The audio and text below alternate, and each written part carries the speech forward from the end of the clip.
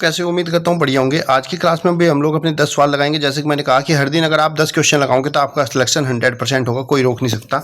और आज की क्लास में खास बात यह है कि आज मैंने आपके इसमें मैथ भी लिए और यहाँ पर कुछ बच्चों ने बोला था मुझे कि सर हमें ना अनुच्छेद की भी तैयारी करनी है, तो मैंने आज यहाँ पे अनुच्छेद को भी ले लिया है। अब हम क्वेश्चन के साथ साथ अपने अनुच्छेद की भी प्रैक्टिस करेंगे। तो चलिए शुरू करते हैं। और सारे क्वेश्चन वो हैं जो आपके प्रीवियस ईयर में आते हैं, ये तो आप सबको पता ही है। जो बच्चे तैयारी कर रहे हैं तो वही सवाल हैं जो आपके प्रीवियस ईयर में आते हैं, और जो लेवल से आते हैं उसी लेवल के क्वेश्चन भी बने हुए हैं। क्वेश्चन नंबर 1 देख लो। कितने समय में 5% वार्षिक साधारण ब्याज की दर से कोई धन के मान में 40% की वृद्धि हो जाएगी? यानी कि कोई धन अगर 5% प्रति वर्ष की दर से बढ़ रहा है तो वो 40% वृद्धि कितने साल में होगी? तो बहुत ही सिंपल सी बात है। देखो ये जो दर होती है, इस दर का मतलब क्या है कि धन जो है यहाँ पर 1 ईयर में, एक साल में कितना बढ़ जाता है? 5% की वृद्धि हो जाती है। अगर हमें 40% की वृद्धि निकालनी है तो हम क्या करेंगे? ये जो 40% है इसको डिवाइड कर देंगे वार्षिक दर से। वार्षिक दर से हो जाएगा 5 × 40। तो इसको धन को 40% वृद्धि होने के लिए 8 साल का समय लगेगा। ऑप्शन नंबर डी आपका राइट आंसर हो जाएगा। क्लियर बच्चे? कोई डाउट है तो कमेंट बॉक्स में जरूर बताना। अगला प्रश्न है, इस तरह के प्रश्न जब पेपर में आते हैं तो वो एग्जामिनर क्या करता है? एक पेपर को टफ बनाने की कोशिश करता है, क्योंकि वो बहुत चालाकी से 2 चैप्टर एक ही क्वेश्चन के अंदर डाल देता है। जैसे कि इस प्रश्न को आप पढ़ोगे तो एक पार्क की जो लंबाई है वो 500 मीटर है और चौड़ाई है 750 मीटर। एक साइकिल सवार इस पार्क के 4 चक्कर लगाने हैं और उसकी चाल है 4.5 किलोमीटर प्रति घंटा, तो उसे कितना समय लगेगा? तो यहाँ पर एग्जामिनर ने क्या किया है, आपका पेरीमीटर और एरिया वाला चैप्टर भी डाल दिया और चाल और गति दोनों इसमें लगा दिए। कैसे? देखो, इसकी जो लंबाई है वो है 1500 मीटर और चौड़ाई है 750 मीटर। तो सबसे पहले हम क्या करेंगे, इसका परिमाप निकालेंगे यहाँ से यहाँ तक, क्योंकि एक चक्कर में जो साइकिल सवार है उसकी बाउंड्री के बराबर चक्कर लगाएगा और वो लगा रहा है इसके 4 चक्कर। तो 4 चक्कर में जो दूरी चलेगा वो इसके परिमाप का 4 गुना चलेगा। तो पहले हम निकाल लेते हैं एक चक्कर में कितनी दूरी वो चल रहा है। तो एक चक्कर में चली दूरी, कोई भी आकृति हो अगर एक चक्कर में उसके चारों तरफ चलते हैं तो उसके परिमाप के बराबर चलते हैं। और इसका जो परिमाप होता है पेरीमीटर, वो होता है 2 गुना लंबाई प्लस चौड़ाई के बराबर, क्योंकि ये क्या है? आयताकार पार्क है। तो 2 गुना लंबाई हो गई हमारी 1500 और चौड़ाई है हमारे पास 750। इसको हल करेंगे, 2 गुना 15 7 कितना हो गया? 2250। 15 और 7 2250। इसकी मल्टीप्लाई करेंगे 2 से, तो ये हो जाएगा आपका 2 0 0, 2 5 10, 2 दूनी 4 और 1 5 और 2 दूनी 4। तो 4500 मीटर एक चक्कर में वो चलेगा। यहाँ पर चक्कर कितने लगाने हैं साइकिल सवार को? 4। तो हम लिखेंगे 4 चक्कर में चली दूरी। 4 चक्कर में चली दूरी, कितनी दूरी चलेगा 4 चक्कर में? एक चक्कर में उसके परिमाप के द्वारा बराबर चला तो 4 चक्कर में चलेगा 4 गुना जो भी उसका परिमाप आया। हमारा जो परिमाप आया है वो 4500 है, तो 4 गुना 4500 मल्टीप्लाई करेंगे 0 0, 4 पंजे 20, 4 चौक 16, 17 18। तो ये बच्चे 18,000 मीटर चला है 4 चक्कर में। और हमारा जो ऑप्शन है वो घंटे में दिया हुआ है, चाल हमारी किलोमीटर प्रति घंटे में दी है, तो हम इस दूरी को भी किलोमीटर में बदल देंगे। आपको पता है 1 किलोमीटर में कितना होता है आपका? 1000 मीटर होता है। तो जब भी हमें मीटर को किलोमीटर में बदलना होता है तो उसको हम भाग कर देते हैं 1000 से और वो वैल्यू किलोमीटर में बदल जाती है। 1000 से तीनों जीरो कटेंगी। तो यहाँ पर जो पार्क का चक्कर लगाया है, 4 चक्कर लगाने में साइकिल सवार ने 18 किलोमीटर की दूरी को तय किया है। हमसे पूछा गया समय बताओ, तो आपको पता है समय बराबर होता है बच्चे दूरी बटा चाल। समय बराबर क्या होता है आपका? दूरी बटे चाल होती है। सो दूरी यहाँ पर है 18 किलोमीटर और चाल है 4.5 किलोमीटर प्रति घंटा। यहाँ से दशमलव हटाएंगे, ऊपर की तरफ 0 लग जाएगी। अब इसको हल कर देंगे हम। ये हो जाएगा आपका 9 पंजे 45, 9 दूनी 18, 0 और 5 से 20 कटेगा 4 बार, 5 चौक 20। तो यहाँ पर समय आ जाएगा 4 घंटे। ऑप्शन नंबर डी आपका राइट आंसर हो जाएगा। क्लियर है? फिर से समझ लो, बहुत ही इंपॉर्टेंट क्वेश्चन है, मोस्ट इंपॉर्टेंट। जब भी पेपर टफ बनता है तो इसके जैसे क्वेश्चन बच्चों छूट जाते हैं जो मेरिट लिस्ट में नंबर नहीं आता, तो आपको ये छोड़ना नहीं है। प्रश्न में बोला गया था एक पार्क में 500 मीटर लंबी और 700 मीटर चौड़ी है। एक पार्क है ये 500 मीटर लंबा और 700 मीटर चौड़ा है और एक साइकिल सवार इस पार्क के 4 चक्कर लगाता है। ये साइकिल सवार जो है ऐसे करके इसको 4 बार इसके चारों तरफ घूमता है और उसकी जो चाल है वो 4.5 किलोमीटर प्रति घंटा है। उसमें कितना समय लगा? तो बच्चे हम क्या करेंगे, पहले एक चक्कर की दूरी निकालेंगे और एक चक्कर की दूरी कोई भी आकृति है उसके परिमाप के बराबर होती है। और हमारा जो आयत का परिमाप होता है वो तो 2 गुना लंबाई प्लस चौड़ाई। ये फॉर्मूला नोट कर लेना। यहाँ पे लंबाई चौड़ाई रखा तो एक चक्कर में दूरी पता चली 450 मीटर।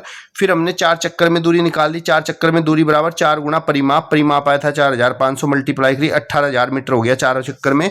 1 किलोमीटर में होता है 1000 मीटर, तो मीटर को किलोमीटर बदलने के लिए 1000 से भाग करते हैं। इसको 18,000 को 1000 से भाग किया, तीनों जीरो कट गई, 18 किलोमीटर दूरी आ गई। समय बराबर होता है दूरी बटा चाल, दूरी हो गई हमारी यहाँ पर 18 किलोमीटर और चाल थी 4.5 किलोमीटर। दशमलव हटाया नीचे से, ऊपर जीरो लगा दी, काट के 4 घंटे आंसर आ गया। कमेंट बॉक्स में बता देना और वीडियो को लाइक कर लेना बच्चों अगर आपको समझ में आ रहा है तो। अगला प्रश्न देखिए, आपको इस तरह से घात में सवाल दे देगा और आपसे पूछ लेगा इसका मास है कितना है, HCF बताओ।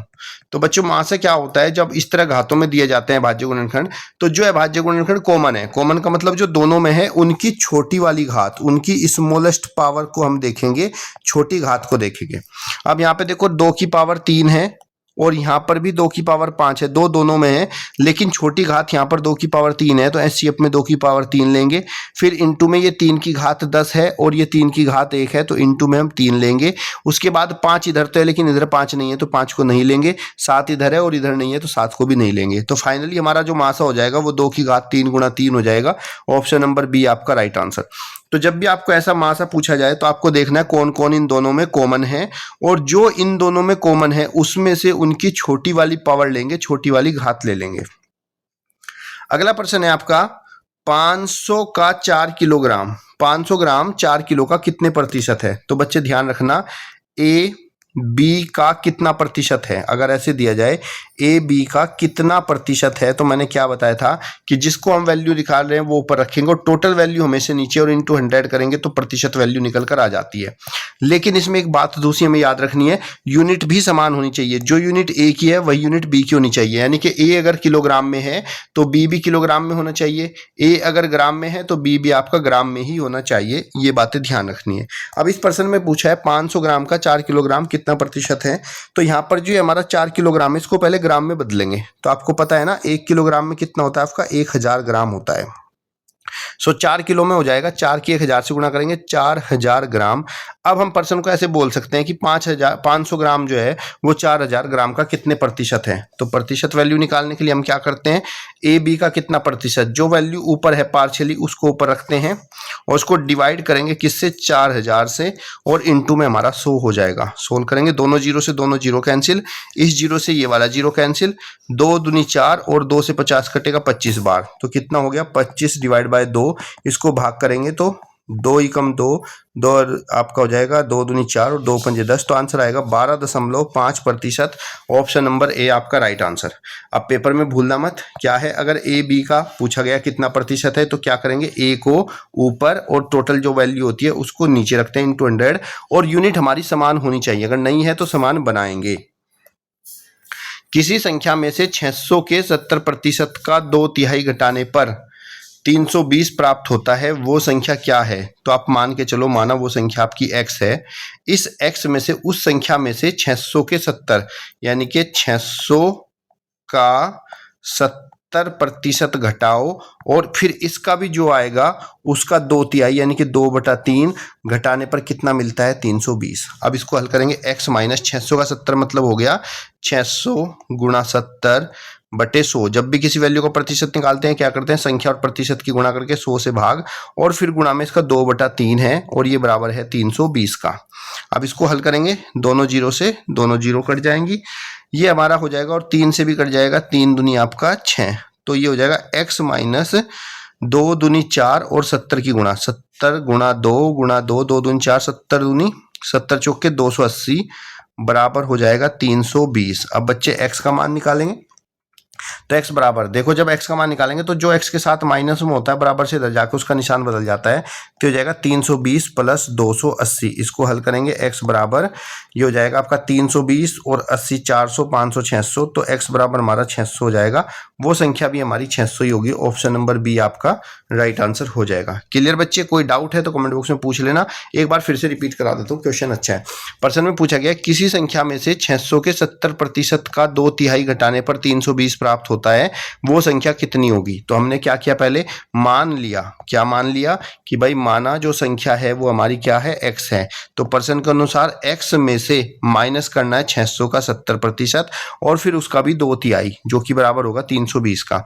फिर भाई जब हम निकालते हैं प्रतिशत वैल्यू तो 600 और 70 की गुणा करेंगे और भाग 100, 600 गुणा 70 भाग 100 ये प्रतिशत वैल्यू हो गई और उसका 2 तिहाई निकालेंगे 2 × 3। 100 से हमारी 2 जीरो कट गई यानी कि 6 बार 600 कट गया, 3 से हमारा 6 कट गया 2 बार, फिर 2 गुणा 7 गुणा 2 करेंगे 280, x बराबर 280 जो माइनस है बराबर से इधर आके इसका निशान बदल जाएगा, प्लस हो जाएगा, x बराबर 600 आ जाएगा। अगला प्रश्न है आपका 10 संख्याओं का औसत 7 है, अगर प्रत्येक संख्या को 12 से गुणा कर दिया जाए तो नई संख्या का औसत क्या होगा। देखो पहला जो हमें औसत दिया गया है एवरेज वो 7 दिया गया है। तो अब ध्यान रखना बच्चे, अगर प्रत्येक संख्या में हम 12 से गुणा कर रहे हैं तो हमारा जो न्यू औसत होगा, नया एवरेज होगा, वो भी हम औसत में 12 से ही गुणा कर देंगे। 12 से 84 तो नया औसत हमारा 84 हो जाएगा, ऑप्शन नंबर डी। तो ध्यान रखना, अगर हम प्रत्येक संख्या में किसी संख्या से गुणा करते हैं, मान लीजिए पुराना औसत हमारा x है, अगर हम प्रत्येक संख्या में 12 से गुणा करते हैं तो नया औसत भी x गुणा 12 हो जाएगा। अगर प्रत्येक संख्या में गुणा के बजाय बोल दे कि जोड़ते हैं तो x में 12 जोड़ देंगे, अगर कहे प्रत्येक संख्या में से इतना घटाते हैं तो x में से भी 12 घटा देंगे, और अगर कहते हैं कि प्रत्येक संख्या में 5 से भाग करते हैं तो इसमें भी भाग कर देंगे। यानी कि हर एक संख्या में जो भी काम करना है वही हमें औसत के साथ भी करेंगे और हमारा आंसर आ जाएगा।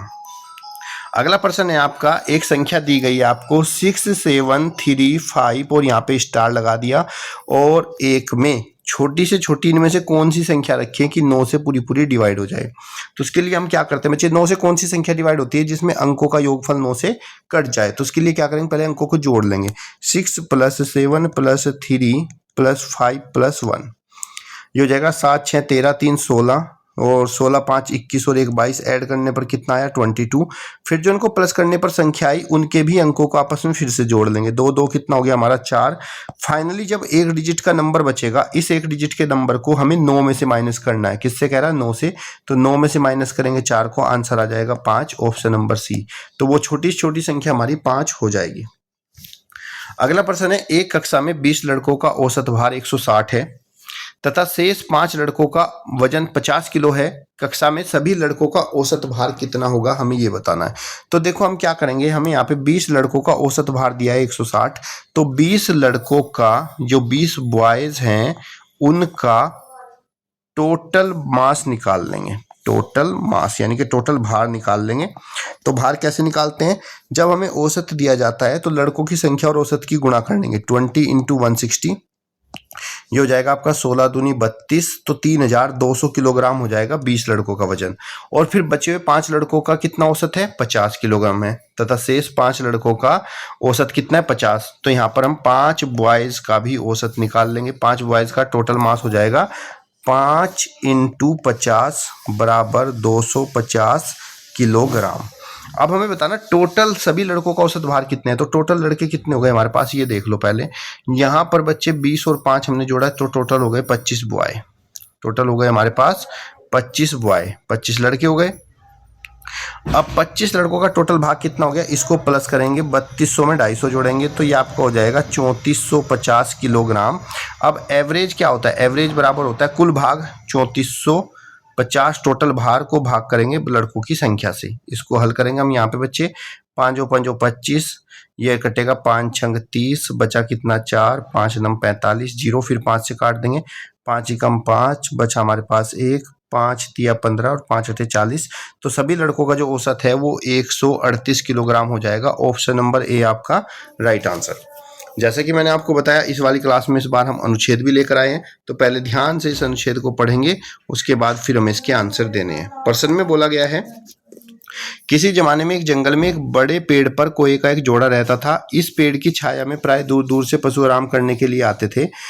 पेड़ की खो में एक सांप भी रहता था। पेड़ की खो में एक सांप भी रहता था। कोए ने पेड़ पर अपना घोंसला बना लिया। मादा कोए ने घोंसले से अंडे दिए। कोए ने अंडों को सोया, जल्दी ही बच्चे निकल आए। एक दिन अपने बच्चे के लिए दाना लेने के लिए वो बाहर गए और सांप ने घोंसले में आया और सारे बच्चों को चट कर गया। दाना लेकर जब कोए वापस आए तो उन्होंने खो में घुसते हुए सांप को देखा। उन्होंने अपना घोंसला भी खाली मिला, यह देखकर वो दुखी हो गए। कुछ महीने बाद अंडे देने का समय फिर आया, इसलिए कौवे ने सोचा यदि इस पेड़ पर रहे तो सांप फिर उनके बच्चों को खा जाएगा, इसलिए उन्होंने उस पेड़ को छोड़ देने का फैसला किया। तो कोए ने घोंसला बनाया था। किस लिए बनाया था? आराम से रहने के लिए, अंडे देने के लिए, अपने अंडों को शत्रु से बचाने के लिए, बच्चों के रहने के लिए। तो आपको ध्यान से पढ़ना है। जिसने कोए ने अपना घोंसला बनाया था, जिसमें मादा कोए ने अंडे, तो अंडे देने के लिए उन्होंने अपना घोंसला यहाँ पर बनाया था। क्या बच्चों की अनुपस्थिति में सांप वहां आया। सांप क्या करने के लिए आया? बच्चों की देखभाल, बच्चों को खाने के लिए, दाना चुगने के लिए, साथ तो बच्चों को खाने के लिए आया था। कोए दुखी क्यों हो गए? उन्होंने सांप के खिलाफ कुछ नहीं कर सकते थे, उनकी सहायता करने वाला कोई नहीं था, उन्हें अपना घर त्यागना पड़ना था, या उनके बच्चे छिन गए थे। तो यहाँ पे देखो, जल्दी बच्चे निकल जाएंगे। एक दिन बच्चों के दाने के बाहर गए, तभी सांप घोंसले में आया और चारों बच्चों को चट गया कर गया। घुसते देखा तो वो दुखी हो गए, यानी कि क्योंकि उनकी सहायता, अपने बच्चों को त्यागना, उनके बच्चे उनसे छिन गए थे, इसलिए वो दुखी हो गए। कोए ने कहीं और जाने का फैसला किया, क्योंकि पेड़ उनके लिए बहुत बड़ा था। पेड़ की छाया में प्राय पशु विश्राम किया करते थे, वे वहां सुरक्षित नहीं थे। हर बार बच्चे उनको क्यों, सांप हर बार उसको खा जाएगा। यही कहानी कौवे की किस विशेषता की ओर संकेत कर रही है? उसकी कायरता की ओर, भविष्य, खतरे के डर की ओर, सांप के प्रति शत्रुता की ओर, स्थान बदलने की ललक। तो यह भविष्य में खतरे के और डर की ओर, क्योंकि अगर वहां देगा तो फिर से सांप उसके बच्चों को खा जाएगा। इसी तरीके से बच्चों, आपको मैं ये वाला अनुच्छेद देता हूँ होमवर्क में, अनुच्छेद 2 के आप मुझे 5 क्वेश्चन के आंसर दीजिए, और ऐसे आपके 4 अनुच्छेद आएंगे जो कि आपके 20 नंबर के होंगे। तो वीडियो को लाइक और शेयर करना, और हर बच्चे तक पहुंचा देना जिसको लगता है भाई मुझे 100% सिलेक्शन लेना है, जिसकी नीड है, जिसने पेपर टेस्ट मजाक में नहीं डाला, सच में उसको नीड है, जरूरत है वहाँ पे एडमिशन लेने की, आर्थिक स्थिति सुधारने के लिए, तो उस तक ये क्वेश्चन पेपर जरूर पहुंचा देना। तब तक के लिए धन्यवाद। जय हिंद, जय भारत।